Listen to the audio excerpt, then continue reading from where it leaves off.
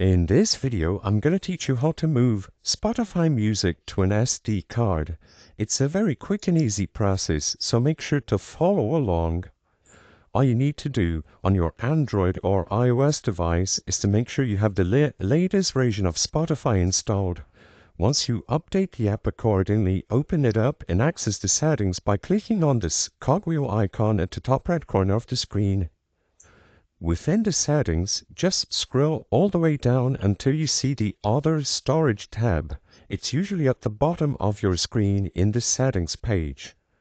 After you click Storage within Other, you will be taken to a page that's going to list all of the storage systems available in your phone. If you have a lot of SD cards, they should all be listed here. What you have to do is simply click on the SD card you would like to transfer your music to, and Spotify will give you a warning telling you that it's going to take a while to transfer all the data. Select OK and then just wait for the data transfer to be complete and your music will have been moved to the SD card. I hope I was able to help you on how to move Spotify music to an SD card.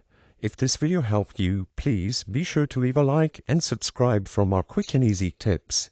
Thank you for watching.